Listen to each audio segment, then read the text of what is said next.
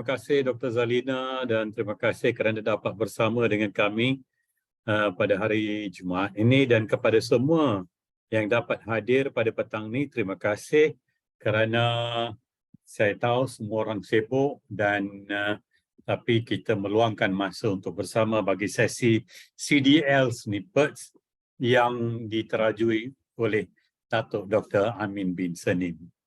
Tuan-tuan dan puan-puan, saya rasa amat soft spot dengan tajuk PDP ini, dan bila dibincang tentang tugas guru. Dan tugas guru, kalau kita kaji bertahun-tahun pun, daripada tahun sebelum 60-an, 50-an, kita fokus tugas guru adalah, core dia adalah PDP. Kita tak boleh lari daripada itu. Kalau kita dinilai dari segi kehebatan kita dalam PDP. Where great teaching begins. Seperti buku yang saya paparkan dalam slide yang pertama. Dan banyak saya menyelami tajuk ini melalui tulisan oleh Jerome Freiberg dalam buku yang sebelah kiri, Universal Teaching Strategies. Beliau merupakan pensyarah saya di peringkat masters. Jerome Freiberg ni memang terkenal dan saya paling suka satu tool dan instrumen yang beliau kongsi bersama kami yang dipanggil LISAM, Low Inference Self-Assessment Measure of Teaching, LISAM. Dan kalau kita gunakan, itu adalah audio recording, bagaimana kita dapat maklum balas tentang PDP dalam kelas, dirakam dengan handphone. Saya pernah gunakan kaedah ini dengan pelajar saya di University of Nottingham dahulu, dan lepas mengajar, mereka dengar rakaman itu kadang-kadang tersenyum, tergelak-gelak melihat bagaimana mereka mengajar dan sebagainya. Dan of course banyak buku yang ditulis tentang PDP, Teaching and Learning, pengajaran dan pembelajaran, atau pembelajaran dan pengajaran, yang mana kita nak utamakan. Next slide please.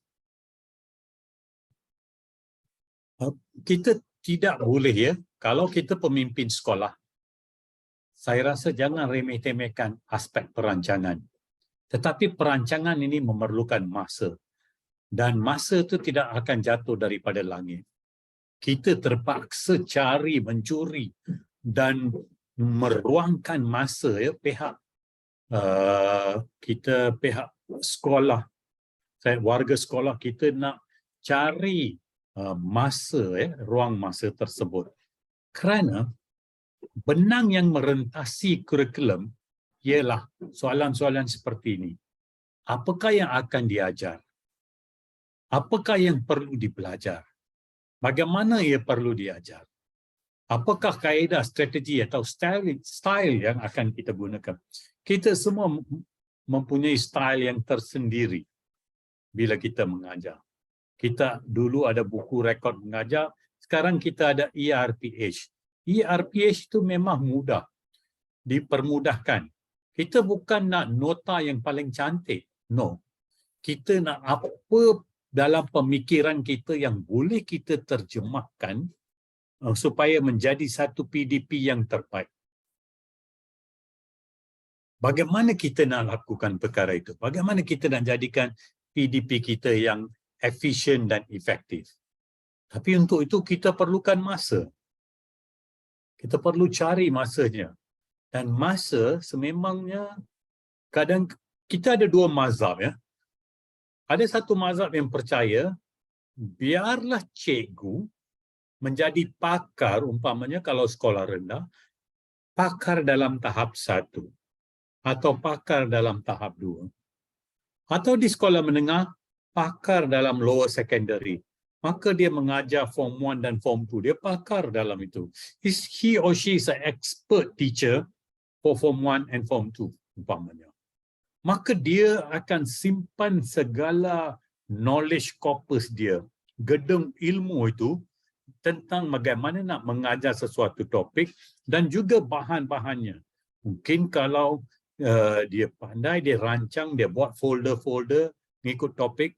Setiap kali bila cuti hanya menambah baik bagaimana dia nak mengajar sesuatu topik dengan ilmu-ilmu yang baru kalau ada. Tapi ada juga mazhab yang lain yang fikirkan tidak, cikgu, kalau mungkin tahun ni dia mengajar lower secondary, tingkatan 1, 2 atau 3, tahun ni kita bagi dia kelas form 5. So kita terperangkap dalam perkara ini. Saya secara peribadi, saya adalah individu yang percaya dalam expertise. You become the expert on tahap 2 ke, tahap 1 ke, atau prasekolah. Tak kiralah anda ada PhD ke, Masters ke, first degree atau diploma. But become the expert in your area. That's my personal belief. If I'm a school principal, I would want my 3 teachers to be the Form 1 experts in mengajar matematik di tingkatan 1 dan 2. Dan selepas 10 tahun mereka telah mengumpul sebegitu banyak ilmu dan cara PDP mereka adalah yang terbaik. Daripada melompat-lompat, daripada tingkatan yang berbeza-beza. Ya. So, kita fikir-fikirkanlah sama.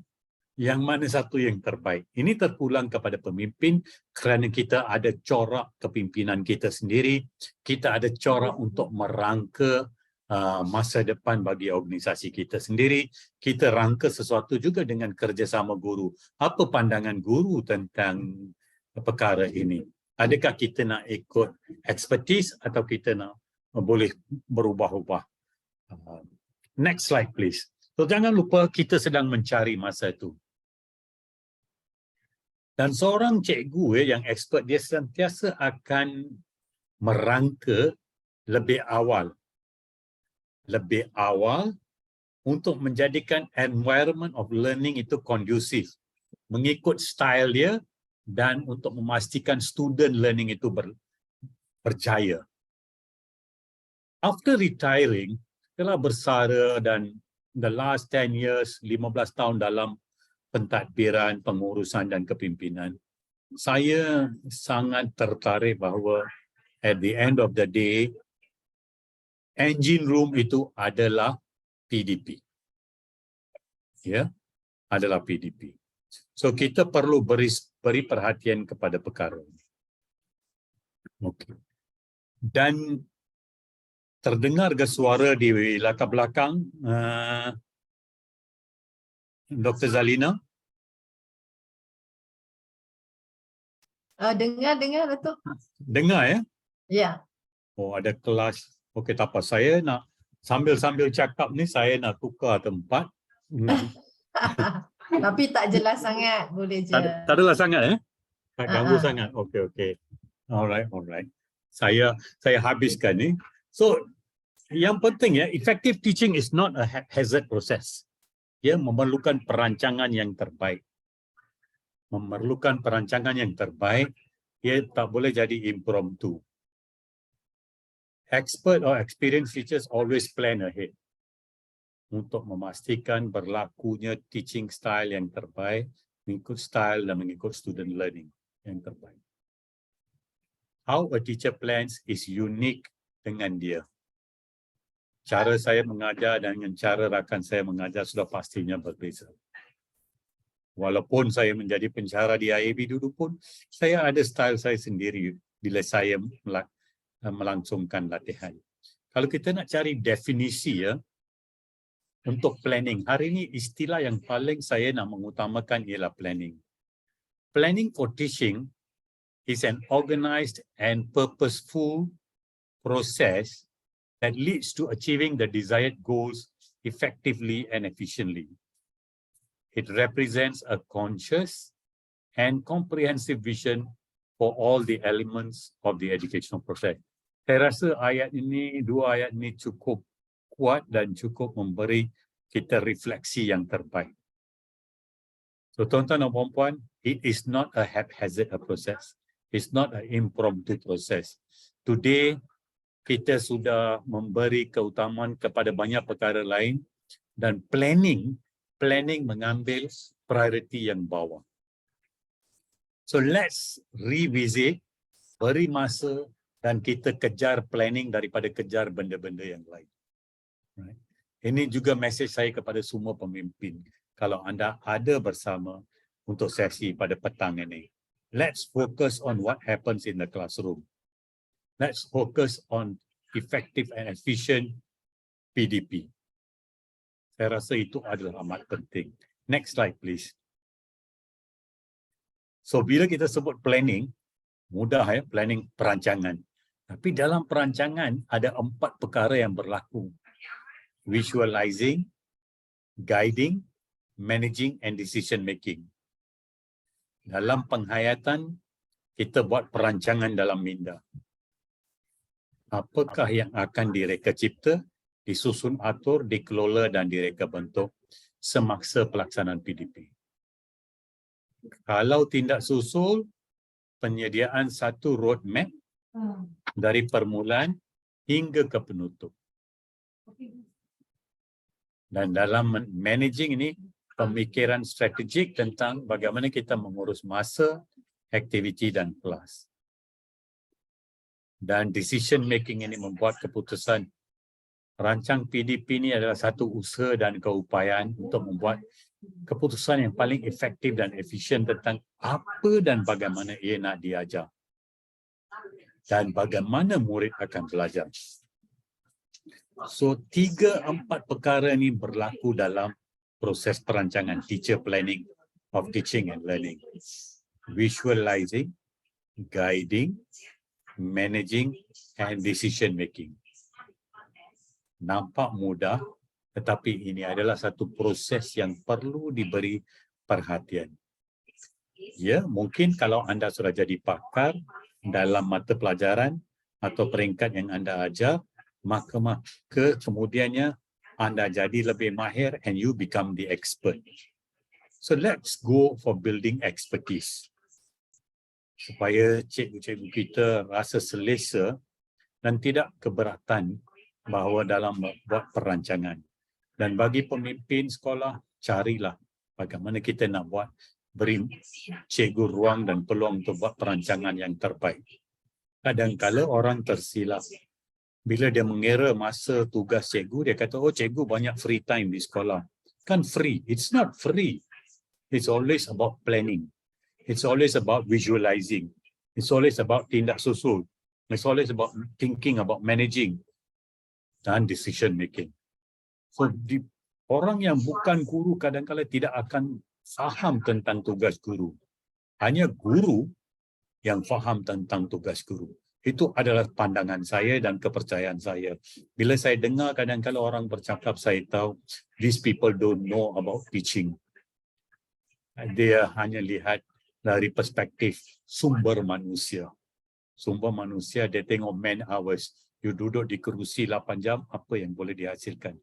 Tapi tugas guru adalah dengan manusia, dengan murid, dengan anak murid. Ia merupakan satu olahan pemikiran yang berbeza. Ini bukan mengajar pelajar universiti. Ini mengajar murid sekolah. Pelbagai peringkat, pelbagai kebolehan, pelbagai tahap mereka. It's not easy. It's not easy. It's not easy. But we need to plan. We need to plan. We need to find the time to plan. Leaders create the time for teachers to plan. Remember, they also need work-life balance. Ada waktu kerja, ada juga hidup selepas kerja. Macam mana kita nak cari? Saya tertarik juga dengan dalam satu ceramah, saya ingat minggu lepas, di mana kita dengar satu tentang pendidikan di Finland. Tentang co-curriculum mereka, ialah mereka sebuah negara yang dari sejarah dia pun co-curriculum is handled by pihak ketiga. Cikgu ni fokusnya pada PDP. Kita tahu kita negara yang masih lagi sedang membangun dalam pelbagai aspek pendidikan. Kita tak bolehlah mempunyai kemewahan seperti Finland. Tapi kita kena cari formula yang lain supaya cikgu diberi ruang dan peluang untuk merancang PDP dengan cara yang terbaik. Dan bukannya remeh-temeh. The two words, very important words, effective and efficient teaching. If we fail in that, then we can forget it. Because tugas kita adalah tentang PDP. It's just a pilot. Most important is to take off and land, and in your journey, pre-flight, in-flight, dan post-flight, everything jalan dengan kemas. Semua selamat. Your passenger, bagi pilot, bagi kita nak pastikan semua murid kita dapat yang terbaik hasil daripada PDP kita. Dan kalau kita rasa kita cikgu yang kurang kompeten, maka kita carilah ilmu itu. Dari mana kita nak dapat ilmu itu? Last slide, please.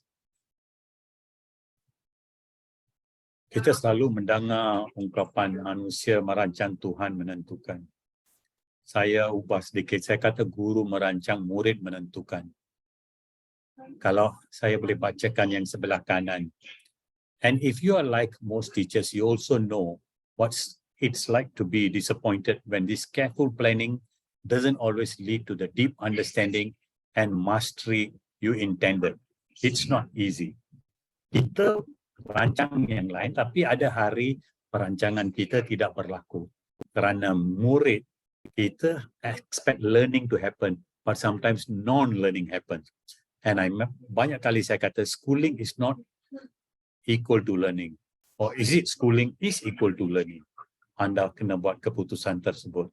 Is schooling equal to learning or schooling is not equal to learning? Kita boleh datang, murid boleh datang ke sekolah, tapi mungkin dia tak belajar. Last slide, please.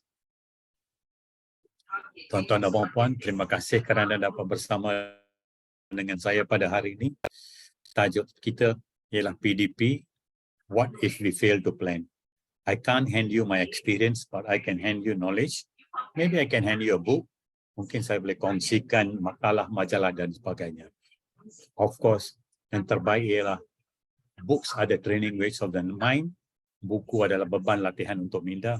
Marilah kita sama-sama mencari, menerokai ilmu untuk menambah baik kompetensi kita.